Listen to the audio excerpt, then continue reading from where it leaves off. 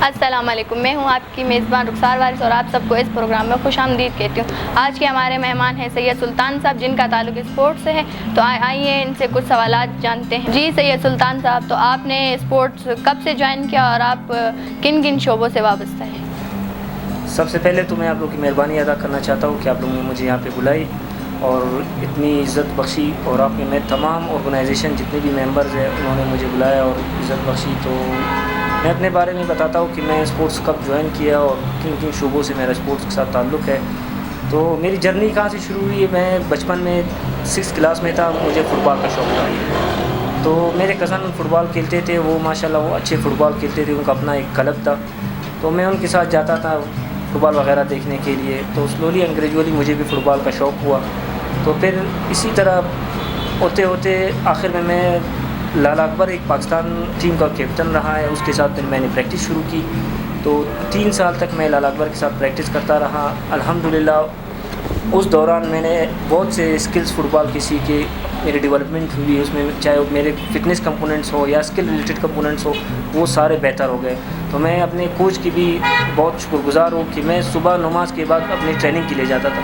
देखो, अगर कुछ चीज़ आपने सीखनी है उसके लिए कुर्बानी देनी पड़ती है। तो मैं सुबह अपने कोच से पहले 1 घंटा जाता था, ख़ुद अपनी प्रैक्टिस को जो है करता था। उसके बाद वो आता था, मुझे मुख्तलिफ़ स्किल्स हवाले सिखाता था। उसके बाद फिर हम जो है अपना ट्रेनिंग ख़त्म करके फिर मैं चला जाता था घर, नाश्ता वगैरह करके स्कूल जाता था। तो मेरी जर्नी वहाँ से शुरू हुई थी। तो उसके बाद फिर मेरा इरादा आया कि मैंने स्पोर्ट्स में ही आगे जाना है।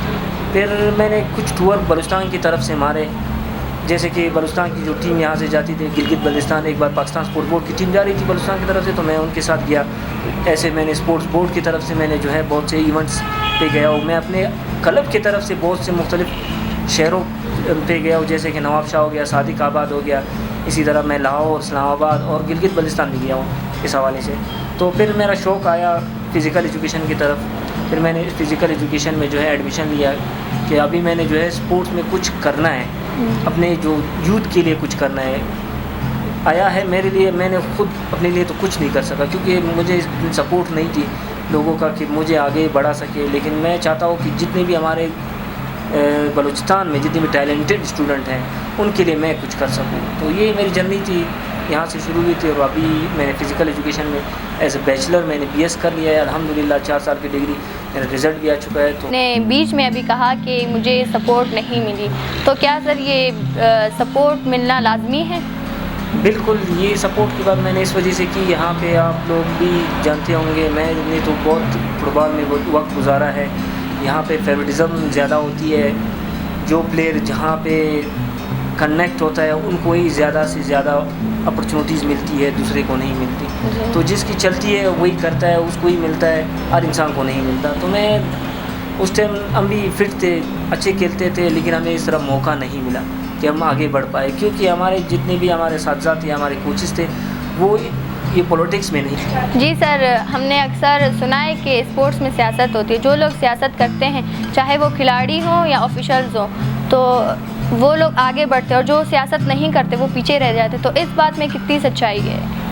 ये आपने बहुत अच्छा क्वेश्चन पूछा। इस हवाले से मैं आपको बताना चाहता हूँ कि स्पोर्ट्स में सियासत पहले तो नहीं था, लेकिन अभी जो पॉलिटिक्स इसके अंदर आई है, इसकी वजह से बहुत से ऐसे हमारे टैलेंटेड स्टूडेंट या टैलेंटेड यूथ पीछे रह चुका है कि वो आगे नहीं बढ़ पा रहे। लाजमी सी बात है, जहाँ जिसका अप्रोच होगा वो वहाँ आगे चला जाता है। मैंने पहले भी कहा कि मुझे सपोर्ट नहीं मिला क्योंकि वहाँ मेरा सपोर्ट नहीं, तब मैं पीछे रह गया। अगर मेरा सपोर्ट होता, मेरे साथ कोई होता, पॉलिटिक्स के ज़रिए से बहुत से ऐसे टैलेंटेड एथलीट्स हैं जो आज तक वो आगे नहीं बढ़ पा रहे, लेकिन उनके अंदर स्किल्स बहुत ज़्यादा है, लेकिन उन्हें चांस नहीं दिया जाता है। चाहे वो कोचेस के हवाले से अगर आप बात की जाए, अगर जो कोचेस बहुत ही नॉलेजेबल होते हैं, जिनके पास नॉलेज ज़्यादा होते हैं, जिनके पास प्रैक्टिकल ज़्यादा कर सकते हैं, उनको सब कुछ के बारे में पता हो, उन्हें जो है चांस नहीं दिया जाता।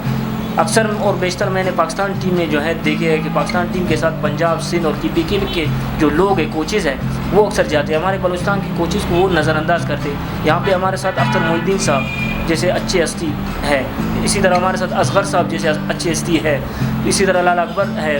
तो इनको जो है कभी मौका नहीं दिया गया। अख्तर मोहिउद्दीन साहब तो 10 साल पाकिस्तान टीम की कोच रहे, लेकिन इसके बाद अभी उसको मौका नहीं दिया जाता। क्यों नहीं दिया जाता है? वहाँ पे पॉलिटिक्स स्टार्ट है। पॉलिटिक्स की वजह से हम जो है बहुत ज़्यादा अभी पीछे जा रहे हैं, हमारा जो टैलेंट है उसको दबाया जा रहा है। जी सर, जैसे कि हमने अक्सर देखा है कि आलमी डेज़ में जैसे कि 14 अगस्त, रमज़ान या 23 मार्च में मुख्तलिफ़ इवेंट्स वगैरह रखे जाते हैं, तो उन इवेंट्स में जो है सिफारशी खिलाड़ियों को या फिर बासलाहियत खिलाड़ियों को मौका दिया जाता है। बिल्कुल, ये आपने सही कहा कि यहाँ पे बहुत सी इवेंट्स इस हवाले से होते हैं। तो इसमें जो है ऐसा है कि हमारे सबसे पहले तो बलूचिस्तान बहुत बैकवर्ड इलाका है। यहाँ पे स्पोर्ट्स का रुझान लोगों का नहीं है, लड़कियों का तो बिल्कुल बहुत कम है। तो हमारे साथ इतनी लड़कियाँ होती नहीं है कि हम उनको मौका दें। हमारे साथ कुछ चुने लड़कियाँ होती हैं जो हम लेकर आते हैं, उनको सामने लेकर आते हैं कि वो खेलें। तो अभी अगर मैं बहुत सी ऐसी लड़कियों की एग्जांपल दूँ कि उनको जो है घर से परमिशन नहीं होता। जो लड़कियाँ आती हैं हमारे साथ, फिर लाजमी सी बात है हम उनको चांस देते हैं। और कुछ ऐसी लड़कियाँ होती है कि फिर वहाँ पे अगर पॉलिटिक्स हो, वो फिर अलग सी बात है। अगर उस टीम में पॉलिटिक्स हो, उस जो कोचेज़ हैं वो पॉलिटिक्स करते हो, या हमारे जो ऑर्गेनाइजेशन कमेटी पॉलिटिक्स करते हो, तो वो अलग बात है अगर वो उनको आगे नहीं लाना चाहते। लेकिन हमारे साथ सबसे जो इम्पोर्टेंट चीज़ है, हमारे साथ ये जो स्पोर्ट्स का जो अवेयरनेस है ये बहुत कम है बलूचिस्तान में। हमें सबसे पहले ऐसे कंडक्ट करने चाहिए प्रोग्राम्स कि स्पोर्ट्स के हवाले से हम उनको बताएं कि स्पोर्ट्स में जो है बहुत से ऐसे बेनिफिट्स हैं कि लड़कियां आ जाएं, इनकी तरफ रुझान हो जाए। तो इस हवाले से, इस वजह से हमारे साथ लड़कियां कम होती हैं, स्पोर्ट्स इवेंट ज़्यादा होते हैं। ज़्यादा से ज़्यादा हम देखते हैं कि हमारे स्पोर्ट्स के टीम्स 3 से 4 बनते हैं। क्यों बनते हैं? हमारे साथ लड़कियों की कमी है। तो इसी वजह से वही लड़कियों को बार बार मौका मिलता है। हम न्यू लड़कियों को चांस इस वजह से नहीं दे सकते कि वो आते ही नहीं है इसे बंद करने के। जी सर, जैसे कि हमने देखा है पिछले दिनों शहीद बेनज़ीर भुट्टो जो स्पोर्ट्स इवेंट रखे गए थे, तो उनमें हमें बताया गया था कि 9 कॉलेजेस ने शिरकत की, लेकिन वहाँ पर 4 कॉलेजेस आए थे। तो बाकी 5 कॉलेजेस की ना आने की वजह क्या थी? एज अ कोच, मैं ख़ुद भी एज अ कोच था, कैंट कॉलेज की तरफ से मैं कोचिंग कर रहा था इस बार। तो मैंने क्वारी रोड कॉलेज की जो मैम है, मैम फरजाना को मैंने मैसेज भी किया हुआ था कि मैम यहाँ पे इवेंट हो रहे हैं, आपकी टीम वगैरह तैयार है। उसने मुझे मैसेज कर दिया कि हमारे साथ अभी लड़कियाँ नहीं आ रही, क्योंकि हमारी जो पुरानी जितनी भी लड़कियाँ थी उनका जो है वो डिग्री ख़त्म हो गई, वो चले गए। अभी न्यू लड़कियाँ अभी तक आई नहीं है कि हम जो है स्पोर्ट्स के लिए मतलब उनको प्रिपेयर करें और लेकर आए। अभी हमारे साथ ऐसी लड़कियाँ नहीं हैं। तो इसी तरह कुछ इशूज़ होते हैं। इसी तरह फ़िज़िकल कॉलेज का इशू था, उनके पेपर्स चल रहे थे। तो कॉलेजेस के अंदर कुछ इश्यूज़ होते हैं, उनके अपना मैनेजमेंट होता है या किसी के पेपर्स वगैरह होते हैं, इस वजह से नहीं आए थे। बाकी स्पोर्ट्स का जो डिपार्टमेंट है उन्होंने इसको इनवाइट कर दिया था, लेकिन उनके अपने इश्यूज़ थे, इस वजह से बोलोगे हमें। सर, इसका मतलब यही है कि कॉलेज वालों की नाअहली है कि वो अपने बच्चियों को स्पोर्ट्स के लिए तैयार नहीं करती? नहीं, ये बात नहीं है कि अब स्टूडेंट्स होते हैं कॉलेज में वो बहुत कम आते हैं पढ़ने के लिए। तो अभी उनका जो है न्यू एडमिशन है, न्यू एडमिशन में जो है लड़कियाँ कम थी, तो वहाँ पे प्रॉपर उनका जो है मैनेजमेंट नहीं हो रहा था। जैसे क्वारी रोड कॉलेज में उनके पास छोटा स्पेस भी नहीं है कि वो वहाँ पे उनको ट्रेनिंग करवाएं। तो फैसिलिटीज़ नहीं है, फैसिलिटीज़ की वजह से जो है वो लोग ट्रेनिंग भी नहीं कर पा रहे। और लड़कियाँ जो न्यू आ रही है, न्यू एडमिशन, वो अभी तक प्रॉपर कॉलेज नहीं आए थे। बाकी इसी तरह अगर फिज़िकल कॉलेज की बात की जाए, उनके पेपर्स वगैरह चल रहे थे, वो तो इस इवेंट के लिए बिल्कुल तैयार थे। इसी तरह जिना टाउन कॉलेज है, वो भी तैयार था, लेकिन उनके बस हो सकता है इंटरनल कुछ मामलात होंगे, अल्लाह जानता है, वो तो मुझे इस बारे में नहीं पता। जी सर, तो आपका वक्त देने के लिए बहुत शुक्रिया। तो लास्ट में हमारे व्यूवर्स को आप क्या पैगाम देना चाहेंगे?